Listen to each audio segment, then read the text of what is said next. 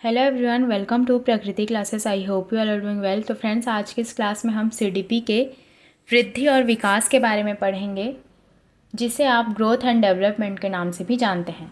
यह आपके एग्ज़ाम के पॉइंट ऑफ व्यू से बहुत ही इम्पॉर्टेंट टॉपिक होने वाला है, क्योंकि इससे जो आपके एग्ज़ाम में है हमेशा क्वेश्चंस पूछे जाते हैं। पहले हम इसकी थ्योरी करेंगे, फिर इससे रिलेटेड एमसीक्यू सॉल्व करेंगे इसी क्लास में। ये आपके शिक्षक भर्ती के वर्ग 1, 2, 3 और आपके सीजी टेट, ये सभी के लिए काम आएंगे। और इससे पहले हमने सीडीपी, एसएसटी, हिंदी और कंप्यूटर की भी क्लासेस ली हैं, तो जिन्होंने भी वो सभी क्लासेस नहीं देखी वो जाकर देख सकते हैं। सभी की प्लेलिस्ट बनी हुई है।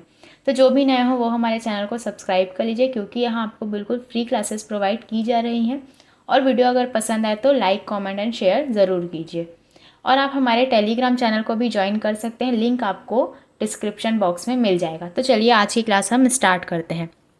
तो सबसे पहले हम वृद्धि के बारे में पढ़ेंगे, फिर इसके बाद विकास के बारे में, फिर इसके जितने भी आयाम दिए गए हैं, इनके सिद्धांत सभी के बारे में हम पढ़ेंगे। इसकी अवस्था सभी के बारे में हम एक एक करके पढ़ेंगे। तो वीडियो में आप लास्ट तक ज़रूर बने रहेंगे। सबसे पहले हम देखेंगे कि जो वृद्धि होती है, जिसे हम ग्रोथ के नाम से भी जानते हैं, तो वृद्धि के बारे में लिखा गया है कि जब हमारे शरीर की संरचना, मतलब कि जिसे आप स्ट्रक्चर भी कहते हैं, या आकार जिसे आप शेप कहते हैं, वो बढ़ना शुरू होता है तो उसे हम वृद्धि कहते हैं। जब हमारे शरीर की कोई संरचना जैसे कि आकार या शेप बढ़ रहा है तो उसे हम वृद्धि के अंतर्गत रखते हैं। और जो वृद्धि का स्वरूप होता है वो एक्सटर्नल होता है, जिसे हम बाहर से देख सकते हैं, जैसे कि हमारी हाइट, चौड़ाई, ये सभी चीज़ों को हम बाहर से देख सकते हैं। वृद्धि कुछ समय के बाद रुक जाती, जैसे आपका जो बढ़ना है, जैसे कि आपकी लंबाई, हाइट आपकी बढ़ रही है, वो कुछ समय के बाद रुक जाएगी। हमारी हाइट, चौड़ाई जो है, हमारी वृद्धि कुछ समय के बाद रुक जाती है। नेक्स्ट इसमें लिखा गया है कि वृद्धि क्रम के अनुसार नहीं चलती। कभी हमारी हाइट बढ़ती है तो कभी हमारा वेट बढ़ता है। किसी किसी व्यक्ति में आपने देखा होगा कि किसी की लंबाई बहुत तेज़ी गति से बढ़ती है और किसी का भार बहुत तेज़ गति से बढ़ता है। तो इसका कोई भी क्रम डिसाइड नहीं किया जाता, क्योंकि इसकी पहले लंबाई भी बढ़ सकती है और इसका भार भी पहले बढ़ सकता है। नेक्स्ट पॉइंट इसमें लिखा गया है कि वृद्धि का मापन हम कर सकते हैं, जैसे कि हम हमारे लंबाई को माप सकते हैं, हमारे भार को माप सकते हैं। तो इस प्रकार से हम इसका मेजरमेंट कर सकते हैं। ये जो सभी पॉइंट्स हैं, इससे आपके एग्जाम में डायरेक्ट क्वेश्चंस पूछे जाते हैं, तो सभी पॉइंट्स को आप याद रखेंगे। बुद्धि जो होती है केवल परिमाणात्मक होती है, मतलब कि हम इसे सिर्फ माप सकते हैं, सिर्फ क्वांटिटेटिव होती है। वृद्धि होने से विकास हो भी सकता है और नहीं भी। विकास का संबंध वृद्धि से उतना नहीं होता। उदाहरण में आप देख सकते हैं कि अगर किसी आदमी का, जैसे कि शरीर उसका मोटा होता जा रहा है, तो उसकी वृद्धि हो रही है, परंतु ये ज़रूरी नहीं कि मोटा होने से उसका आईक्यू लेवल भी बढ़े। मतलब कि उसके जो शरीर का विकास है वो तो हो रहा है, मतलब कि उसकी वृद्धि हो रही, लेकिन ज़रूरी नहीं कि उसका मेंटल आईक्यू भी तेज़ हो। इसीलिए इसमें कहा गया है कि वृद्धि होने से विकास हो भी सकता है और नहीं भी। इस प्रकार से हमने वृद्धि के बारे में पढ़ा। अब हम देखेंगे विकास के बारे में। विकास के बारे में लिखा गया है कि जब हमारे मानसिक, मेंटल, सामाजिक मतलब सोशल, संवेगात्मक मतलब इमोशनल तथा बौद्धिक पक्षों, इंटेलेक्चुअल पैटर्न में परिपक्वता आती है, मैच्योरिटी आती, तो उसे हम विकास कहते हैं। मतलब कि हमारे जो मानसिक, सामाजिक, संवेगात्मक, बौद्धिक पक्षों में परिपक्वता, जैसे जैसे मैच्योरिटी आती रहती है, उसे हम विकास का नाम देते हैं। और जो आपका विकास होता है वो आंतरिक एवं बाह्य दोनों होता है, मतलब कि इंटरनल और एक्सटर्नल दोनों होते हैं। जैसे कि मस्तिष्क और भाषा ज्ञान। मस्तिष्क हमारे इंटरनल स्वरूप के अंतर्गत आएगा, लेकिन जो भाषा ज्ञान है वो हमारा एक्सटर्नल के अंतर्गत आएगा। तो इसमें जो हो रहा है, हमारा मस्तिष्क और भाषा ज्ञान, मतलब कि इंटरनल और एक्सटर्नल दोनों का विकास हो रहा है, तो इसे ही हम विकास कहते हैं। नेक्स्ट है, इसमें जो विकास हमारा होता है वो कॉन्टिन्यूअस चलता रहता है। ये हमारे जो माता के गर्भ से जो विकास शुरू होता है वो हमारे मृत्यु तक चलता रहता है, जो विकास के अंतर्गत लिखा गया है। इसीलिए इसमें कहा गया कि जो विकास है हमारा जीवन पर्यंत चलता रहता है, कॉन्टिन्यूअस वे में चलता रहता है। नेक्स्ट इसमें लिखा गया कि विकास में एक निश्चित क्रम होता है। हमने देखा कि वृद्धि में कोई क्रम नहीं होता, कभी हमारी हाइट बढ़ती, कभी हमारा वेट बढ़ता है, लेकिन जो विकास होता है उसमें एक निश्चित क्रम होता है। हमें अपना जितना विकास करना है उतना हो जाता है। मानसिक विकास, सामाजिक विकास, जितना हम चाहेंगे उतना ही होगा। इस प्रकार से इसमें ये सारी चीज़ें लिखी गई हैं। नेक्स्ट हम देखेंगे कि विकास का हम सीधे मापन नहीं कर सकते। वृद्धि में जैसे आपने देखा था कि हम वृद्धि का मापन कर सकते हैं, जैसे हमारी हाइट है उसे हम नाप सकते हैं, लेकिन हम जो विकास का मापन नहीं कर सकते, जैसे कि हम सामाजिक विकास, नैतिक विकास का मापन नहीं कर सकते, केवल मानसिक विकास का मापन कर सकते हैं। और जो आपका विकास होता है वो परिमाणात्मक और गुणात्मक दोनों होता है, क्वांटिटेटिव और क्वालिटेटिव दोनों होता है। ये क्वेश्चन आपके एग्जाम में पूछा भी गया है कि आपका विकास परिमाणात्मक और गुणात्मक दोनों होता है और वृद्धि केवल परिमाणात्मक होती है। तो ये सारे पॉइंट्स आप याद रखेंगे। इसमें से जितने भी पॉइंट्स लिखे गए हैं वो बिल्कुल एग्ज़ाम में पूछे गए पॉइंट्स ही हैं। तो अगर ये सभी चीज़ों को आपने अच्छे से रिकॉल कर लिया, अच्छे से याद कर लिया, तो आपके एग्ज़ाम में इससे बाहर क्वेश्चन नहीं आएगा। नेक्स्ट आप देखेंगे कि विकास वृद्धि के बिना भी संभव है, क्योंकि कुछ व्यक्तियों का आकार, ऊंचाई, हाइट या वेट नहीं बढ़ता, परंतु उनमें जो होता है नैतिक विकास, मॉरल डेवलपमेंट, सोशल डेवलपमेंट, सामाजिक विकास, बौद्धिक विकास, ये अवश्य होता है। किसी व्यक्ति को आप देखेंगे अगर उसमें हाइट और वेट नहीं बढ़ा है तो ज़रूरी नहीं कि उसमें नैतिक विकास, सामाजिक विकास, ये सारी चीज़ें नहीं होंगी। उनमें ये सभी चीज़ें हो सकती हैं बिना वृद्धि के भी। तो ये सारे पॉइंट्स आपके विकास के अंतर्गत आएंगे। अब नेक्स्ट हम देखेंगे परिपक्वता। परिपक्वता किसे कहते हैं, जिसे हम मैच्योरेशन कहते हैं। परिपक्वता के अंतर्गत लिखा गया कि बाल विकास में एक महत्वपूर्ण अवस्था है जो बच्चों के विकास की प्रक्रिया का अंतिम चरण होता है। जो विकास होता है उसका अंतिम चरण होता है परिपक्वता। ये वो अवस्था है जो उन युवा व्यक्तियों को दर्शाती है जो अपने शारीरिक, मानसिक, सामाजिक और आध्यात्मिक क्षेत्रों में पूर्णता और स्थिरता प्राप्त करते हैं। आनुवांशिक विन्यास, जो जेनेटिक डिस्पोजिशन होता है, के पूर्व निर्धारित रूप से प्रकट होने का जो प्रोसेस कहलाता है वही आपका मैच्योरेशन कहलाता है। इसके अंतर्गत बहुत से पॉइंट्स लिखे गए हैं, इसे हम देखेंगे। जो ये हेरिडिटी होती है उससे रिलेटेड होती है। जो आपका परिपक्वता होता है, मैच्योरिटी होती है, वो आपके हेरिडिटी मतलब कि आनुवांशिकता से रिलेटेड होता है। बड़े होने पर मैच्योरिटी आती रहती है। जैसे जैसे हम बड़े होते हैं, बचपन में हमारे अंदर मैच्योरिटी नहीं होती, लेकिन हम जैसे जैसे बड़े होते हैं हमारे अंदर मैच्योरिटी आती जाती है। इसीलिए ये हेरिडिटी से रिलेटेड होता है, ये लिखा गया है। परिपक्वता के बारे में एक एक पॉइंट लिखा गया है, आप देखेंगे। शारीरिक परिपक्वता के अंतर्गत आता है कि इसमें बच्चों के शारीरिक क्षमताओं का पूर्णता स्थिति में विकास होता है, जैसे कि उनका शारीरिक स्वस्थता, स्थायित्व और शारीरिक कौशल।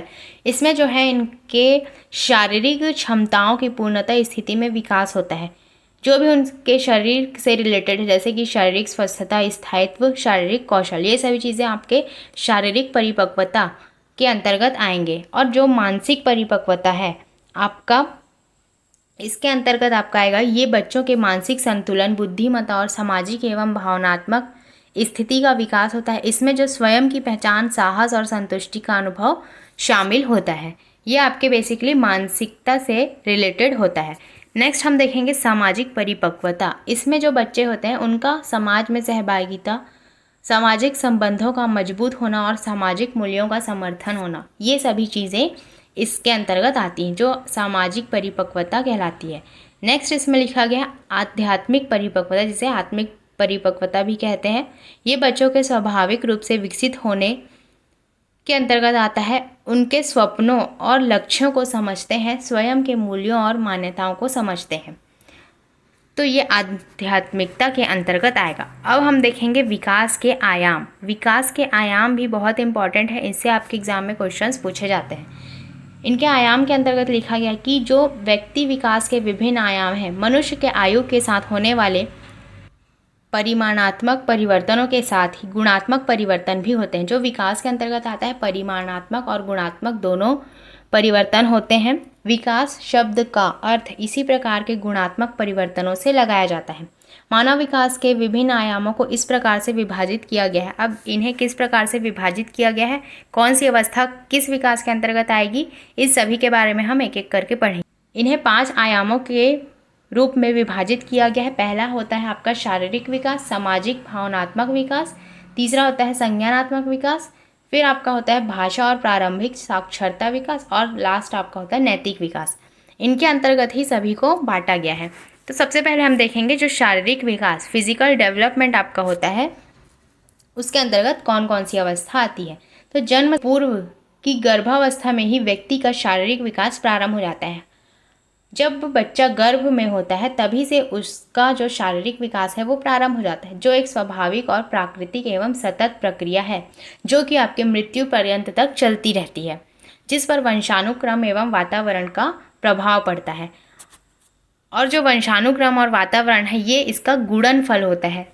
तो इस प्रकार से ये क्वेश्चन भी आपके एग्जाम के पॉइंट ऑफ व्यू से इम्पॉर्टेंट है। अब जो शारीरिक विकास है उसके अंतर्गत सबसे पहला आपका होता है शैशवावस्था।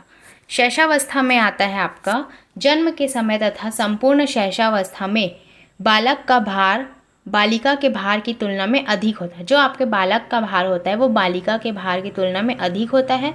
बालक की लंबाई जन्म के समय लगभग 51.25 सेंटीमीटर और बालिका की लंबाई 50.75 सेंटीमीटर होती है। जो 6 वर्ष तक लंबाई लगभग 100 से 110 सेंटीमीटर हो जाती है। तो इस प्रकार से आप सेंटीमीटर में भी उनकी लंबाई में भी बालक और बालिका में डिफरेंस कर सकते हैं। शुरुआती के जो 2 वर्षों में शिशु के सिर का विकास तेजी से होता है, जो बाद में दूसरे अंगों के विकास की तुलना में धीरे पड़ जाता है।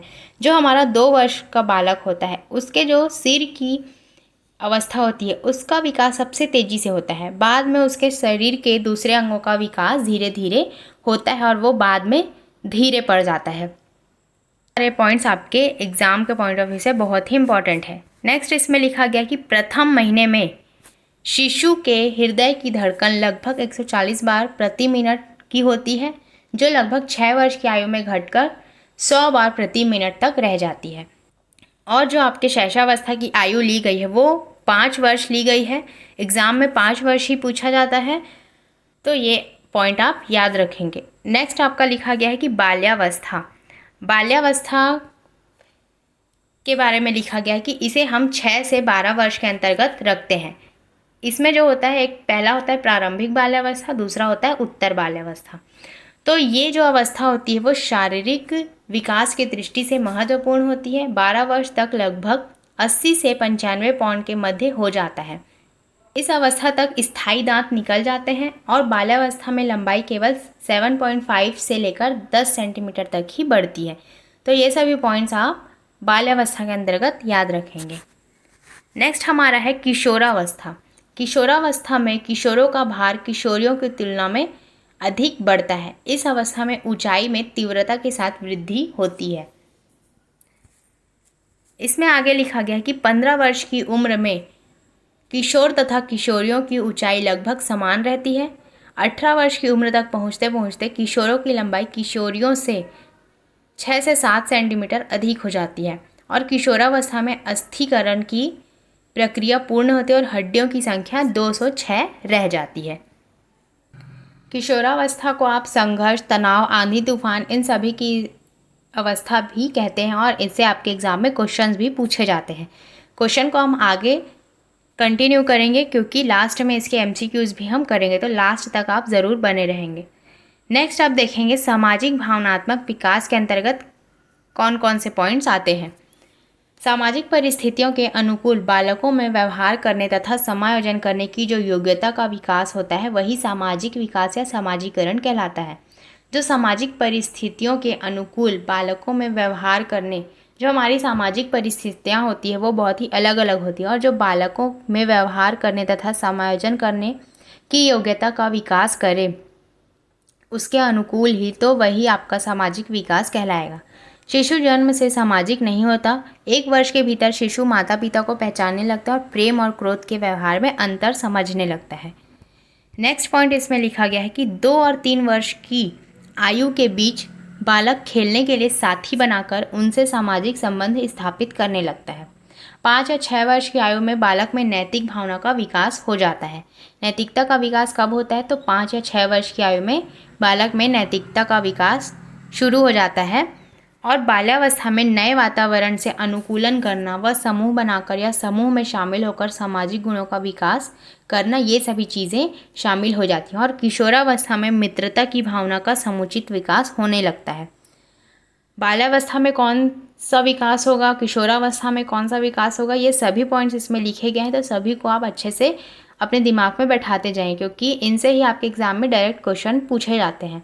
इस अवस्था में समूहों का निर्माण, उद्देश्य, पिकनिक, सिनेमा देखना, नृत्य, संगीत द्वारा सामाजिक विकास होता है। नेक्स्ट हम देखेंगे संज्ञानात्मक विकास, जो आपका कॉग्निटिव डेवलपमेंट होता है, उसके अंतर्गत कौन कौन सी अवस्था आती है। तो संज्ञान का अर्थ होता है देखना, अवबोधन करना, समझना, अंतर्निहित करना अथवा जानना। संज्ञान का अर्थ ही होता है कि जानना, किसी चीज़ को देखना, किसी को समझना, ये सभी चीज़ें आपके संज्ञान के अंतर्गत आती है। इस प्रकार संज्ञानात्मक विकास का तात्पर्य होता है कि जानने की वृद्धि तथा क्षमता। हम किसी चीज़ को जानने की क्षमता रखते हैं तो वही हमारा संज्ञानात्मक विकास के अंतर्गत आता है। समय अनुसार समझना और अवबोधन करना, जो कि परिपक्वता तथा वातावरण के साथ अंतःक्रिया करने से सुसाध्य होता है। समय के अनुसार हम किसी चीज़ों को समझने लगते हैं, किसी के बारे में सारी जानकारी जानने लगते हैं, तो यही सभी चीज़ें हमारे संज्ञानात्मक विकास का कारण बनती है। नेक्स्ट इसमें लिखा गया है कि संज्ञानात्मक विकास के अंतर्गत ज्ञान में मानसिक प्रतिमाओं की संरचना करने की योग्यता समाहित होती है, जिसमें विचार, तर्क, स्मृति और भाषा की भूमिका होती है। प्रत्येक व्यक्ति का उसकी प्रेक्षण करने की विशिष्ट रीति के अनुसार उसका खुद का विशिष्ट प्रतिमान होता है, और ये एक तरीका है जिससे सीखने वाला अपने चारों ओर के वातावरण के बारे में सीखता है। संज्ञान के अंतर्गत लिखा ही गया है कि इसमें जो व्यक्ति होता है वो जानने की कोशिश करता है, किसी भी चीज़ों को समझने की कोशिश करता है, तो अपने आसपास चारों ओर वातावरण के बारे में सीखने लगता है। यही इसके अंतर्गत आएगा, जो है आपका संज्ञानात्मक विकास। अब नेक्स्ट हम देखेंगे भाषा और प्रारंभिक साक्षरता का विकास कब होता है। Language and early literacy development आपका कब होता है, ये हम देखेंगे। तो लगभग सभी लोग एक ही तरीके से अपनी अपनी भाषा का विकास करते हैं। जो बच्चे मातृभाषा सीखते हैं अपने परिवार के द्वारा ही सीखते हैं, क्योंकि वो इमिटेशन के माध्यम से किसी भी भाषा का विकास अपने अंदर कर लेते हैं। बड़ों के द्वारा सुनकर वो भाषा का विकास करने लगते हैं। ये बात अलग है कि भाषा विकास की गति हर एक की भिन्न भिन्न होती है। गति हमारी भिन्न भिन्न हो सकती है, क्योंकि कोई लेट सीख सकता है या कोई जल्दी सीख सकता है। ये माना जाता है कि सीखने की प्रक्रिया का एक अभिन्न अंग है। आसपास का वातावरण, प्रकृति, चीज़ों व लोगों से कार्य व भाषा दोनों के माध्यम से संवाद स्थापित करता है। वातावरण इसमें बहुत अहम रोल प्रदान करता है। नेक्स्ट इसमें लिखा गया है कि ऐसी स्थिति में बालक की परिपक्वता की महत्वपूर्ण भूमिका रहती है।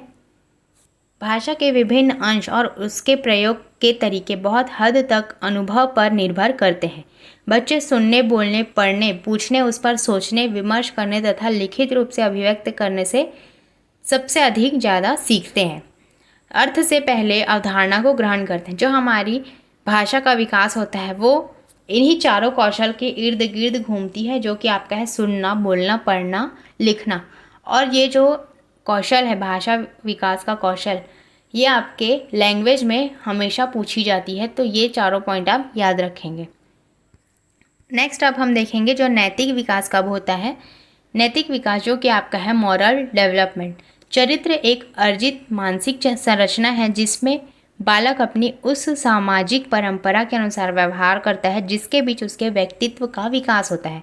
इच्छा शक्ति, मूल प्रवृत्तियां, संवेगों, स्थायी भाव और आदतों का जो नैतिक विकास की प्रक्रिया में महत्वपूर्ण स्थान होता है। जो हमारी मूल प्रवृत्ति होती है और जो इच्छा शक्ति होती है, उन सभी का विकास हमारे नैतिक विकास के अंतर्गत आता है। चरित्र का आधार होता है मूल प्रवृत्ति, और मूल प्रवृत्ति का सिद्धांत किसके द्वारा दिया गया था? यह आपका दिया गया था मैकडूगल। मैकडूगल का भी हम सिद्धांत पढ़ेंगे। इसके आगे लेक्चर में हम इन्हीं सभी सिद्धांतों को कवर करेंगे। जो आपका मैकडूगल है, उन्होंने ही मूल प्रवृत्तियों के बारे में बताया था, और इन्होंने 14 प्रकार की मूल प्रवृत्तियों के बारे में बताया था। नेक्स्ट इसमें लिखा गया है कि ये जो मूल प्रवृत्तियां हैं व्यक्ति को जन्म से ही प्राप्त होती हैं। सामान्यतः माध्यमिक विद्यालय स्तर के बालक दूसरे बालकों द्वारा उन नियमों का पालन न करते देख भ्रमित होते हैं जो कुछ लोगों पर लागू होते हैं परंतु कुछ लोगों पर नहीं। उदाहरण के लिए, जब हम बच्चों को अपनी नोटबुक पृष्ठ फाड़ने के से मना करते हैं, लेकिन कई बार हम उनकी नोटबुक से 2 या 3 खाली पृष्ठ फाड़ लेते हैं। जो उनकी इच्छा के खिलाफ होता है। तो इस प्रकार के अनुभव से बालकों के नियमों के प्रत्ययों को परिवर्तित कर देते हैं। तो यही सभी चीज़ नैतिक विकास के अंतर्गत आता है। नेक्स्ट अब हम देखेंगे, इसकी अवस्थाओं के बारे में हमने देख लिया। अब हम देखेंगे जो बालक के बाल विकास के जो सिद्धांत होते हैं उसके बारे में हम देखेंगे। जो मानव का विकास गर्भावस्था से ही प्रारंभ हो जाता है, एक निश्चित दिशा में विकसित होता है और मनोवैज्ञानिकों ने वृद्धि एवं विकास के विभिन्न सिद्धांत बताए हैं। तो इन्हीं सिद्धांतों के बारे में हम एक एक करके देखेंगे। तो सबसे पहला हमारा निरंतरता का सिद्धांत, जिसे हम प्रिंसिपल ऑफ कॉन्टिन्यूटी के नाम से भी जानते हैं।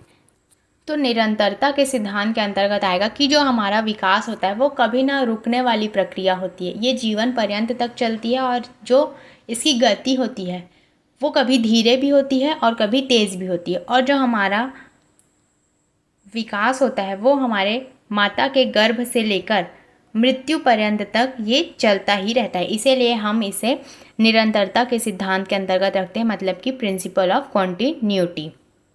अब नेक्स्ट सिद्धांत इसमें लिखा गया है कि वृद्धि और विकास की गति की दर एक सी नहीं होती। क्योंकि वृद्धि और विकास के बारे में हमने पहले पढ़ा कि जो वृद्धि होती है उसमें हमारा कभी हाइट बढ़ता है, कभी वेट बढ़ता है। और विकास में हमारा कभी मेंटल डेवलपमेंट जल्दी हो जाता है, कभी सामाजिक विकास पहले हो जाता है। तो जो इसकी दरें होती है वो एक सी नहीं होती। पहले कोई भी चीज़ें बढ़ सकती है या बाद में हमारा कोई भी विकास हो सकता है। तो इसीलिए जो इसकी दर है वो एक समान नहीं रहती, यही इसमें कहा गया है। अब व्यक्तिगत अंतर का सिद्धांत, जो कि प्रिंसिपल ऑफ इंडिविजुअल डिफरेंस के अंतर्गत आएगा।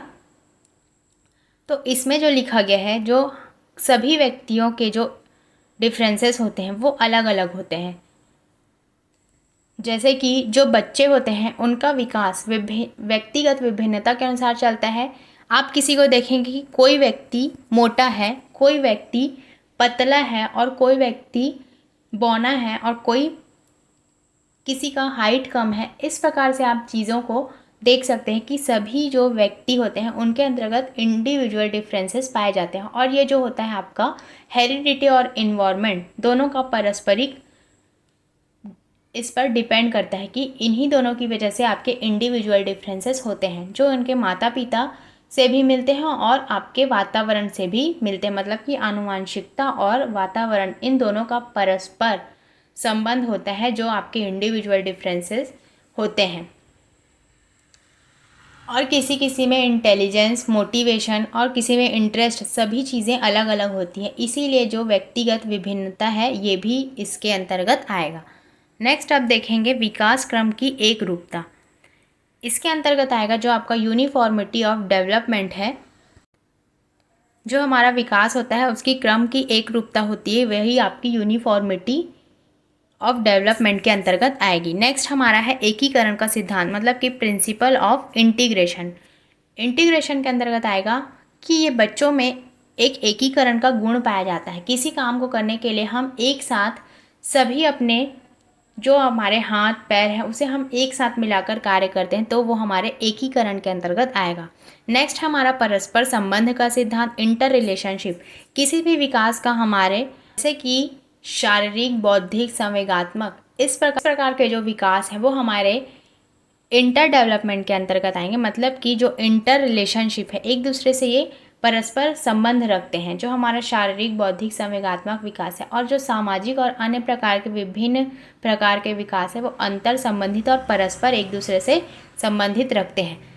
तो ये कोरिलेट करते हैं, इसीलिए इसे इंटर रिलेशनशिप के अंतर्गत रखा जाता है। नेक्स्ट है हमारा विकास की भविष्यवाणी भी की जा सकती है। Development can be predicted. विकास की दिशा का सिद्धांत, प्रिंसिपल ऑफ डेवलपमेंट। इसके अंतर्गत लिखा गया है कि जो हमारा विकास होता है वो दो तरह का हमारा विकास होता है। पहला हमारा होता है सिफेलोकॉर्डल, जिसकी अवस्था होती है, मतलब कि जिसका विकास होता है सिर से लेकर पैर तक, और ये आपके एग्जाम में पूछा गया क्वेश्चन है। और दूसरा होता है हमारा प्रॉक्सिमो डिस्टल का सिद्धांत। इसमें जो हमारा विकास होता है वो हमारे सेंटर से शुरू होकर शरीर के बाहर की तरफ फैलता है, वो हमारा होता है प्रॉक्सिमो डिस्टल का सिद्धांत। तो जो सिफेलोकॉर्डल और प्रॉक्सिमो डिस्टल का सिद्धांत है। इससे आपके एग्जाम में हमेशा क्वेश्चन पूछे जाते हैं, तो इसके बारे में आप याद रखेंगे। नेक्स्ट है हमारा विकास सामान्य से विशेष की ओर बढ़ता है।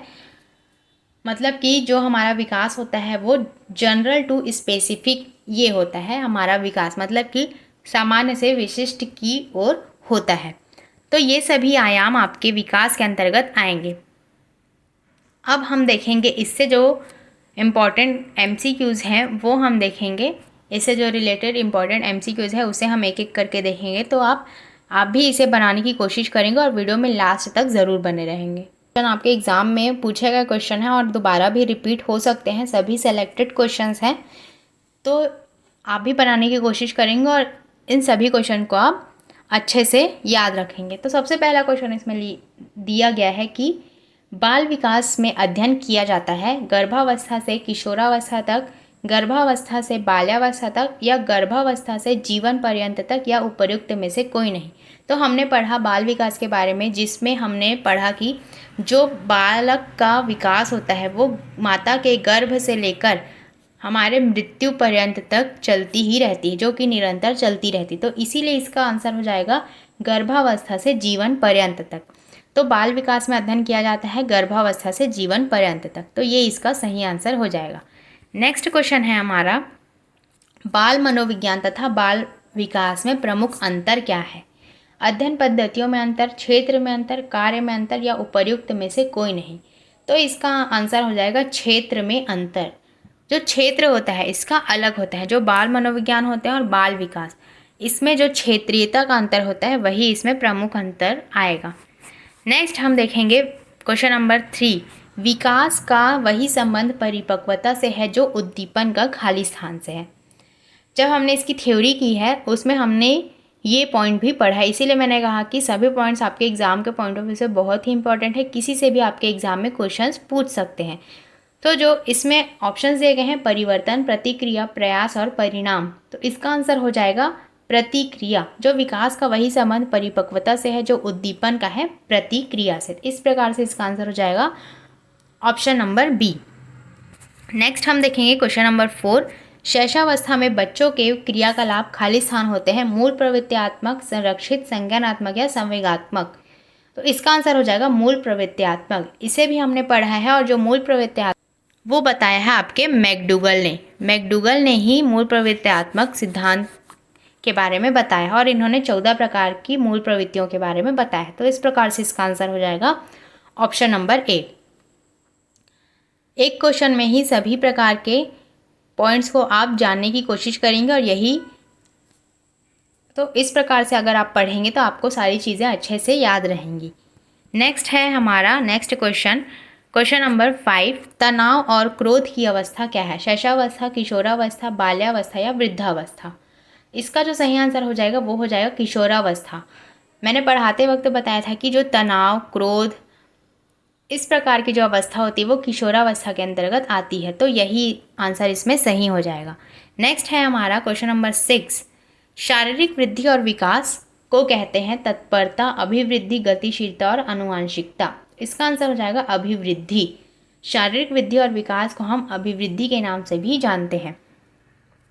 नेक्स्ट है हमारा क्वेश्चन नंबर 7, बाल मनोविज्ञान का केंद्र बिंदु क्या है? अच्छा शिक्षक, बालक, शिक्षण प्रक्रिया या विद्यालय? तो इसका जो सही आंसर हो जाएगा वो हो जाएगा बालक। बाल मनोविज्ञान का केंद्र बिंदु होता है बालक। हम बालक के बारे में ही इसका अध्ययन करते हैं, इसीलिए इसमें जो केंद्र बिंदु होता है हमारा वो होता है बालक। नेक्स्ट हम देखेंगे क्वेश्चन नंबर 8, निम्नलिखित में से कौन सा विकास का सिद्धांत नहीं है? हमने इसके सिद्धांत के बारे में सभी को अच्छे से पढ़ा है। तो इसमें जो ऑप्शंस दिए गए हैं, विकास लंबवत न होकर वर्तुलाकार होता है, विकास क्रमबद्ध होता है, विकास निरंतर होता है या विकास मशीनी प्रक्रिया होता है। तो विकास लंबवत न होकर वर्तुलाकार होता है, ये भी इसके सिद्धांत के अंतर्गत आता है। विकास क्रमबद्ध होता है, ये भी आता है। विकास निरंतर होता है, ये भी आता है। तो जो नहीं आता वो इसमें पूछा गया है, तो विकास एक मशीनी प्रक्रिया है, ये इसमें नहीं आता, तो यही आंसर इसमें सही हो जाएगा। तो ऑप्शन नंबर डी इसमें बिल्कुल सही हो जाएगा। नेक्स्ट अब हम देखेंगे क्वेश्चन नंबर 9, शैशवावस्था की मुख्य विशेषता क्या नहीं है? ये आपसे पूछा गया है। क्या नहीं है ऑप्शंस में दिया गया है कि सीखने की तीव्रता जो सीखने की प्रक्रिया में तीव्रता, जिज्ञासा की प्रवृत्ति, अनुकरण द्वारा सीखने की प्रवृत्ति या चिंतन प्रक्रिया। इसका आंसर हो जाएगा चिंतन प्रक्रिया। जो शैशवावस्था की मुख्य विशेषता है उसमें चिंतन प्रक्रिया नहीं पाई जाती, क्योंकि उस टाइम बच्चा छोटा होता है, उसमें चिंतन प्रक्रिया जैसी भावनाएं विकसित नहीं होती हैं। नेक्स्ट है क्वेश्चन नंबर 10, जन्म से किशोरावस्था तक बच्चों में विकास किस क्रम में होता है? सांवेदिक, मूर्त, अमूर्त, अमूर्त सांवेदिक, मूर्त और मूर्त अमूर्त सांवेदिक या अमूर्त मूर्त सांवेदिक। इसका जो सही आंसर हो जाएगा वो हो जाएगा आपका सांवेदिक, मूर्त और अमूर्त। बच्चा पहले सेंसस के माध्यम से सीखता है, फिर वो कॉन्क्रीट अवस्था में आता है, मतलब कि मूर्त अवस्था में, फिर वो अमूर्त रूप से सीखने लगता है। तो जन्म से किशोरावस्था तक का विकास सांवेदिक से मूर्त, फिर मूर्त से अमूर्त, इन्हीं प्रक्रियाओं के द्वारा इनका विकास होता है। इसके बारे में हमने पियाजे की थ्योरी में बहुत ही डिटेल से पढ़ा था, तो पियाजे की थ्योरी जिसने भी नहीं देखी वो जाकर देख सकते हैं, प्लेलिस्ट में सभी चीज़ें रखी गई हैं। नेक्स्ट अब हम देखेंगे क्वेश्चन नंबर 11।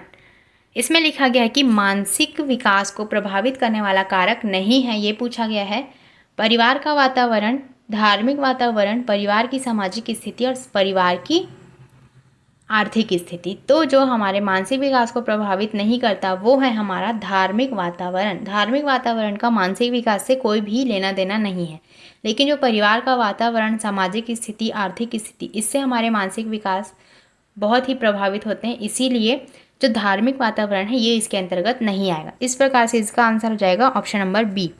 नेक्स्ट है हमारा क्वेश्चन नंबर 12। इसमें लिखा गया है कि बालक के जन्म के समय शिशु के मस्तिष्क का भार कितना होता है? हमने सभी का वेट भी देखा है कि मस्तिष्क का भार कितना होता है, किसी की लंबाई कितनी होती है।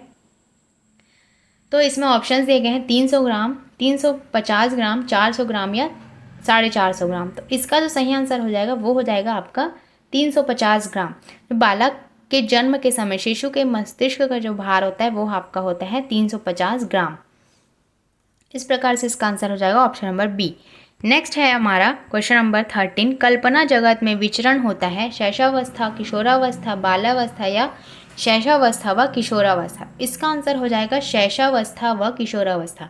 जब बच्चे होते हैं शैशवावस्था की स्टेज में और किशोरावस्था, तो ये जो दोनों स्टेजेस हैं उसमें हम कल्पना मतलब कि इमेजिनेशन के माध्यम से अक्सर चीज़ों को देखने का प्रयास करते हैं। तो यही हमारे कल्पना जगत के अंतर्गत आएगा और जो आपका ऑप्शन नंबर डी है वो बिल्कुल सही हो जाएगा, मतलब कि शैशवावस्था और किशोरावस्था। नेक्स्ट है हमारा क्वेश्चन नंबर 14। इसमें लिखा गया है कि किशोरावस्था में चरित्र निर्माण से जो अवस्था संबंधित है वो निम्न में से है। परंपराओं को धारण करने की अवस्था, आधारहीन आत्मचेतना की अवस्था, आधारयुक्त आत्मचेतना की अवस्था या फिर स्वकेंद्रित अवस्था। इसका आंसर हो जाएगा ऑप्शन नंबर बी, आधारहीन आत्मचेतना की अवस्था आपके चरित्र निर्माण की अवस्था से संबंधित जो किशोरावस्था में होती है। नेक्स्ट है हमारा क्वेश्चन नंबर 15। इसमें दिया गया है कि मनुष्य के शरीर में हड्डियों की संख्या कम से कम होती है शैशवावस्था, बाल्यावस्था, किशोरावस्था के बाद या प्रौढ़ावस्था में।